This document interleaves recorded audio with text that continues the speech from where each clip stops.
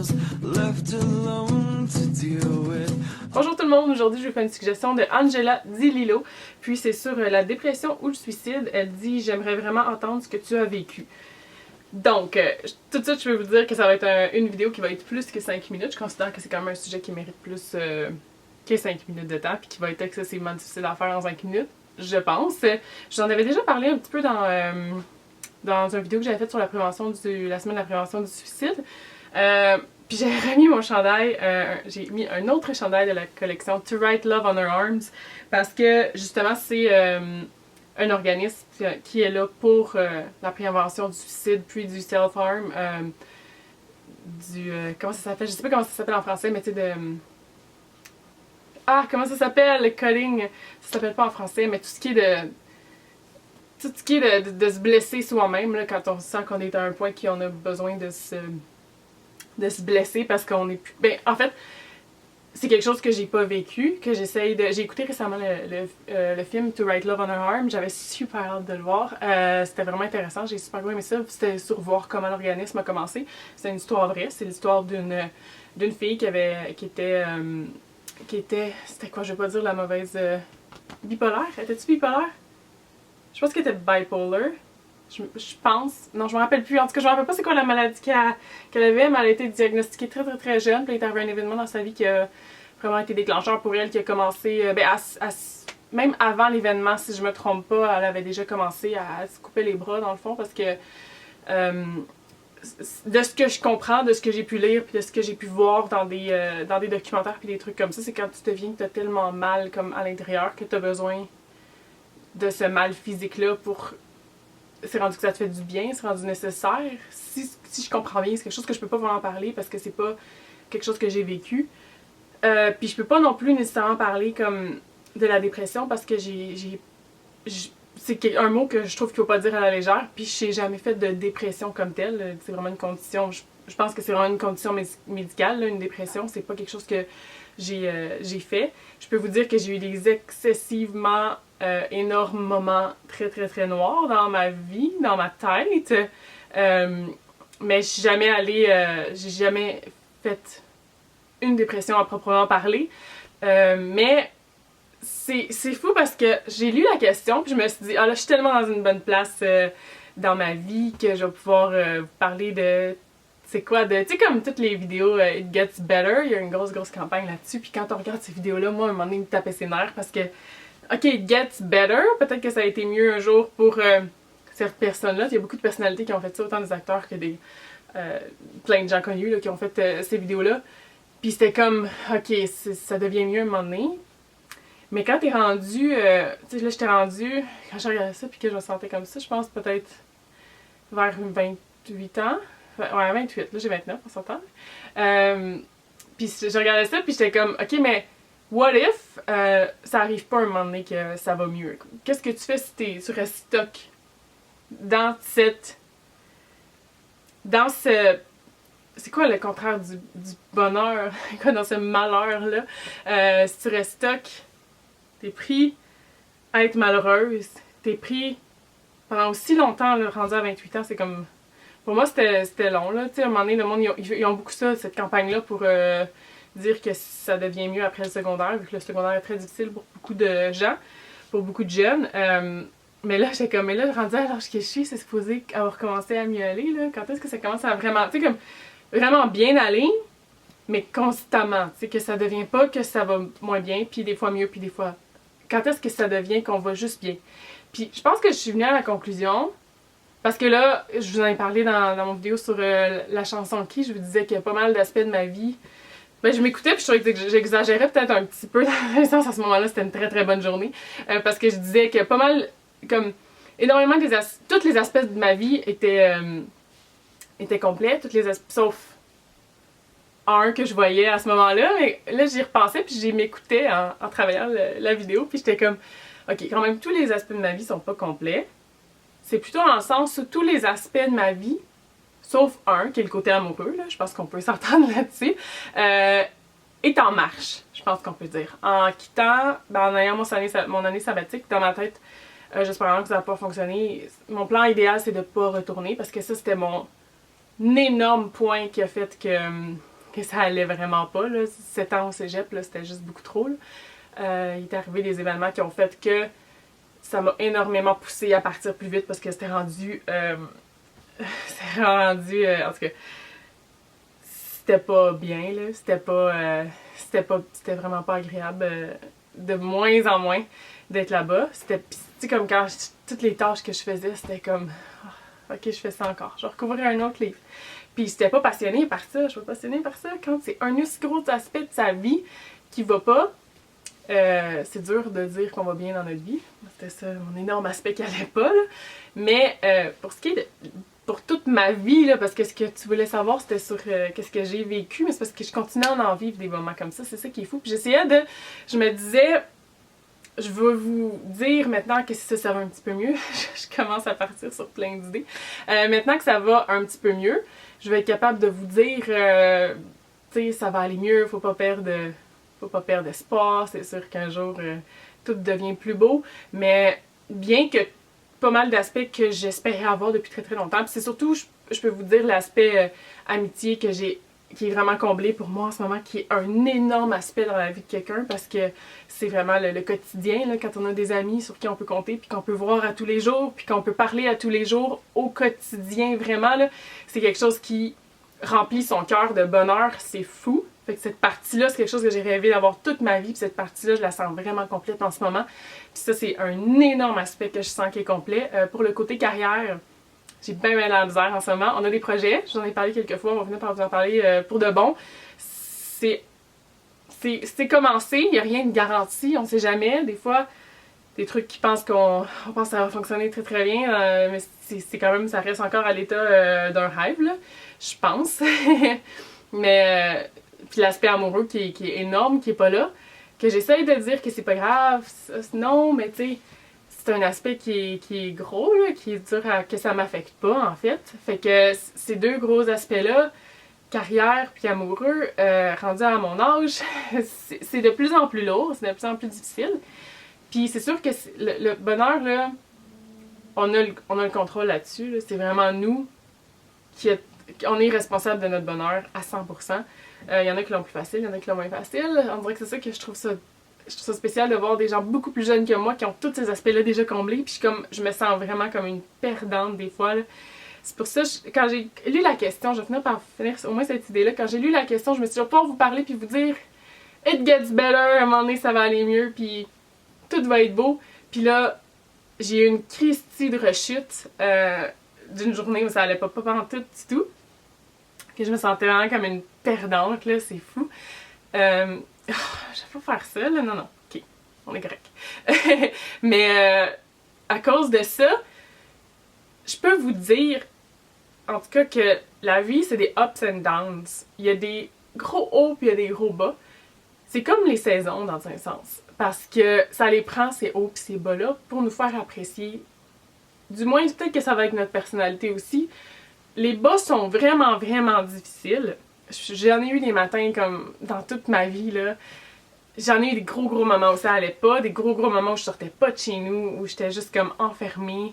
Je voulais pas parler à personne. Puis je suis pas quelqu'un qui va chercher de l'aide, personnellement. Quand ça va pas, je reste toute seule, puis je veux pas déranger personne. J'essaie de dealer avec ça toute seule, mais c'est sûr que là, on s'en va de plus en plus profond, souvent, quand on reste toute seule. Puis des fois, on se dit, tu sais, j'en ai déjà parlé, des gens autour de moi, je sais à qui je peux parler, mais genre, on en a déjà parlé tellement souvent que là, c'est juste se répéter la même chose, puis ils vont me trouver fatigant, puis ils ont l'impression que j'écoute pas leurs conseils, mais des fois, les appliquer, les conseils qu'on entend, c'est très, très difficile. Il y a beaucoup de soirs où je me suis endormie, puis je me suis dit, si je me réveillais pas demain matin, ça me dérangerait pas tant que ça, je serais correcte. C'est comme, j'ai plus le goût d'être ici. Ou tu sais, on devient à un point où c'est comme, moi, j'étais tannée, j'avais l'impression que je me sortais de la maison puis je me mettais un masque dans le visage, mon masque de tout va bien, pour pas que les gens me posent des questions, pour faire semblant, puis pour pas déranger aussi, puis juste parce que je veux pas que les gens ils me voient comme une énergie négative à pas nécessairement aller bien, parce que plus on est négatif, plus on attire du monde négatif, puis c'est pas ça qu'on veut. Fait que j'avais vraiment, là, tout ce que j'avais l'impression, c'était chaque jour avec vraiment tout le monde, c'était juste l'impression que je fakeais de bien aller, puis j'étais tannée à un moment donné, j'étais comme, je juste... Tout ce que j'avais hâte, c'est d'arriver chez nous puis d'être l'état que j'avais le goût d'être, ce qui est vraiment air de bœuf. Puis ça me tentait juste pas de faire semblant. À un moment donné, j'étais juste tannée de faire semblant, on dirait. Puis j'ai jamais je me suis jamais rendue au point de dire c'est fini, là, j'en finis avec la vie. Là. Je me suis vraiment jamais rendue là parce que j'ai un j'ai un côté vraiment trop optimiste dans un sens pour certaines choses. Je suis sûre que des fois je vais dire surtout les trucs, mettons je vais dire l'aspect moins le fun ou l'aspect négatif en premier, mais dans le fond de ma tête, là, il y a toujours une petite voix ici là, qui va me dire tout le temps là, mais what if?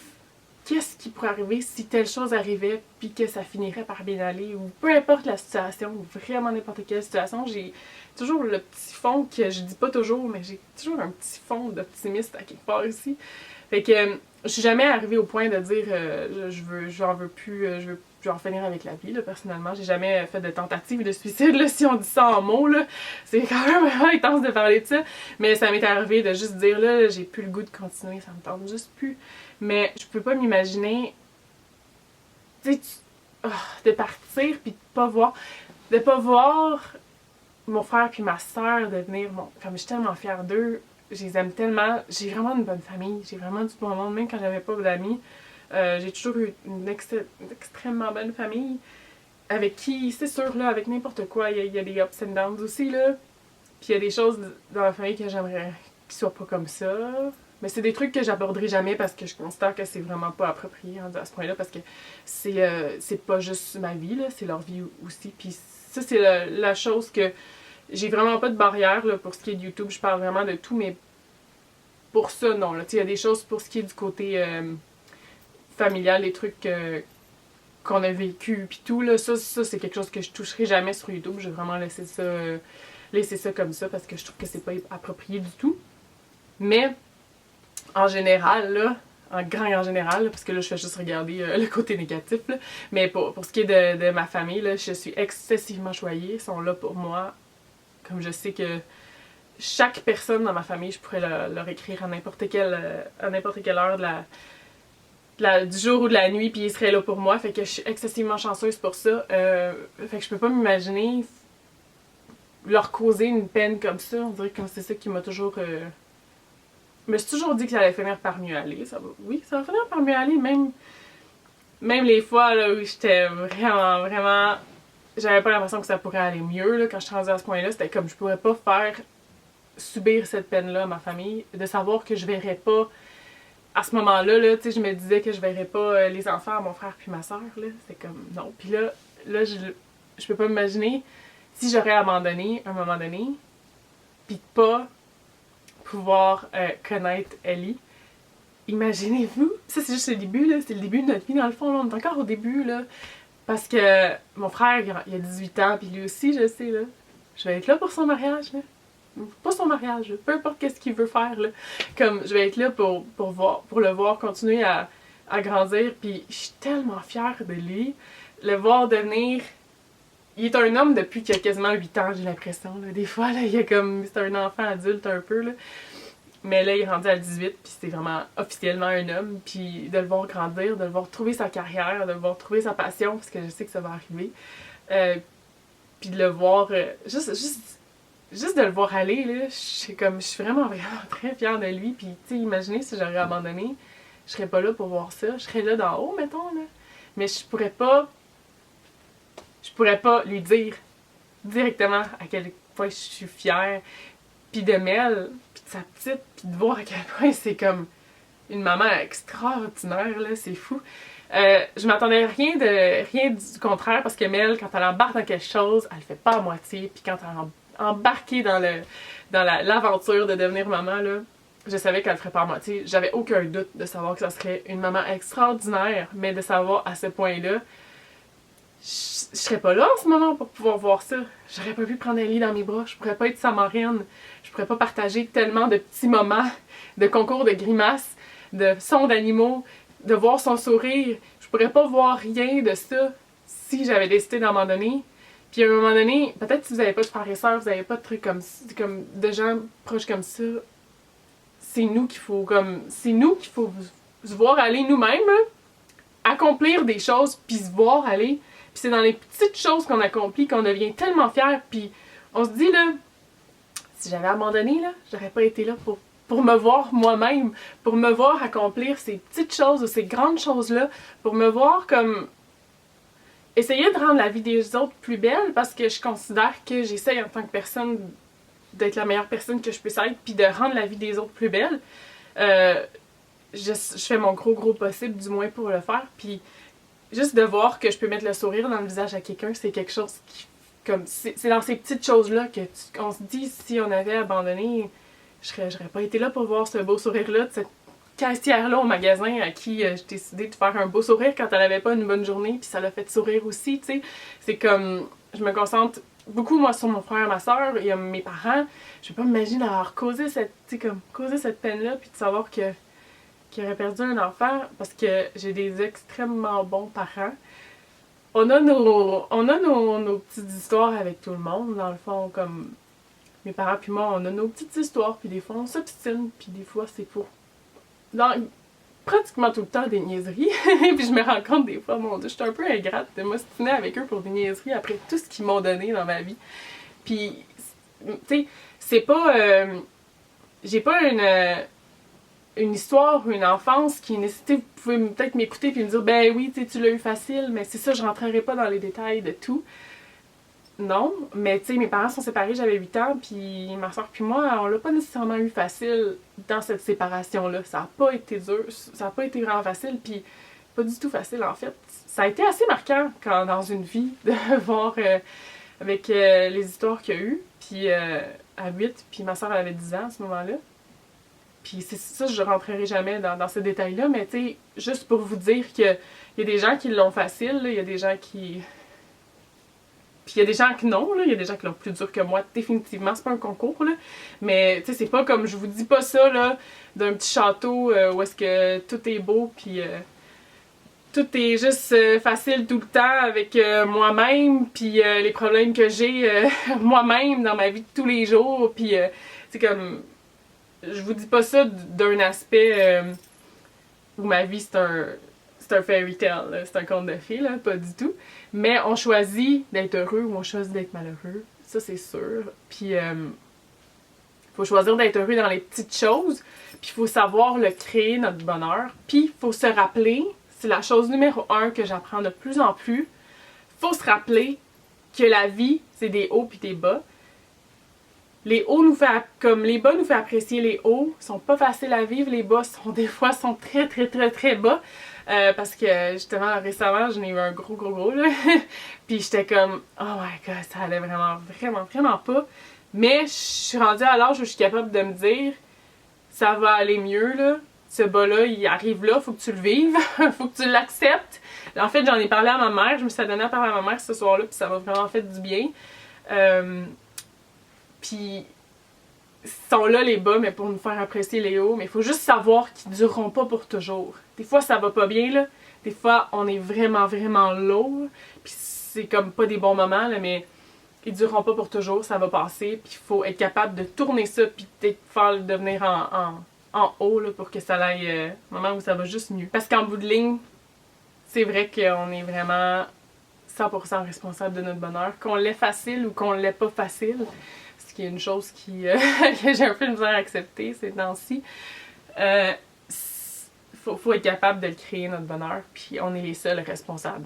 Faut pas compter sur d'autres pour qu'ils créent le bonheur pour nous, parce qu'on est seulement capable de le faire. Faut être capable d'accepter qu'est-ce qu'on peut pas contrôler, puis de se concentrer sur ce qu'on peut contrôler, puis de rendre notre vie à notre image. Parce que moi, je m'imagine, là, si la petite fille, elle me verrait en ce moment, là, quand elle pensait à sa vie, là, honnêtement, je pense pas qu'elle serait très fière de moi, de ce que je suis rendue à 29 ans en appartement, pas d'amoureux, pas de carrière, en ce moment pas de travail, en sabbatique, mais pas de salaire, là. C'est vraiment pas ce que j'aurais voulu. J'essaie juste de me concentrer sur le fait que c'est tout ce que j'ai vécu, ça m'a permis de devenir la personne que je suis là, qui me permet d'apprécier beaucoup tout, dans le fond, la vie, là. Beaucoup de choses. Le fait de ne pas être d'amis pendant tellement longtemps me fait tellement apprécier ce que j'ai en ce moment, comme je pense pas que je les apprécierais autant autrement. Fait que j'espère juste qu'ils vont toujours être là avec moi, parce que ça, c'est l'aspect de ma vie que je suis comme tellement contente, tellement fière d'avoir retrouvé comme récemment.